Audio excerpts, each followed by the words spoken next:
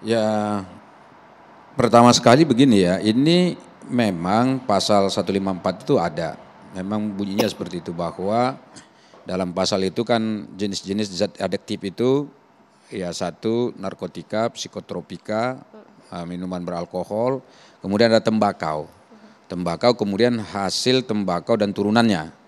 Itu yang saya kira tadi dipersoalkan. Jadi begini, ini soal tembakau ini setiap kita membahas undang-undang yang berkenaan kesehatan dan ada tembakau di situ itu selalu menimbulkan kontroversi. Pertama, kontroversi yang muncul itu tentu adalah dari petani tembakau, kemudian produsen rokok dan turunannya itu, para pekerjanya, kemudian distribusi dan sampai kepada orang yang merokok itu sendiri. Nah, kenapa ini menjadi sesuatu yang kontroversi? Karena kalau misalnya betul tadi, katakan nanti pasal itu menjadi seperti tadi, bahwa rokok disejajarkan dengan zat adiktif yang mengandung narkotika, kemudian psikotropika, memang saya kira itu akan jadi problem.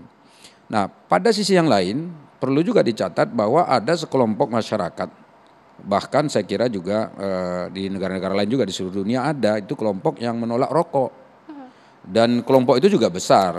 Jadi di sini kita tentu sebagai regulator, sebagai legislator tentu harus menimbang dari sisi baik yang menolak maupun yang mendukung. Karena undang-undang ini tidak hanya berlaku untuk yang mendukung rokok atau juga tidak hanya berlaku untuk yang menolak rokok gitu. Tapi bagi seluruh rakyat Indonesia. Dan soal rokok ini bukan hanya kontroversial dari sisi katakanlah kesehatan, tetapi juga kontroversial dari sisi agama gitu. Dari organisasi masyarakat keagamaan saja itu ada yang mengharamkan, ada yang membolehkan gitu. Nah, kalau yang mengharamkan ada argumennya sendiri, kalau yang membolehkan ada argumen sendiri gitu. Nah, kami tidak akan masuk pada argumen-argumen keagamaan seperti itu karena bukan itu targetnya. Target kita adalah bagaimana agar masyarakat kita sehat. Jadi melalui undang-undang ini diharapkan ada masyarakat yang nanti ya lebih sehat ke depan, tidak katakanlah ya berkurang orang yang merokok, tidak terpengaruh dengan zat adiktif terutama ya katakanlah rokok yang katanya sekarang banyak yang apa namanya itu ya, yang kecanduan ya terhadap rokok ini. Nah, kalaupun misalnya nanti ada tawaran tadi seperti yang disampaikan, aspirasi yang disampaikan oleh masyarakat ini adalah aspirasi real dari masyarakat yang tentu harus didengar DPR. Nah, DPR harus bijak.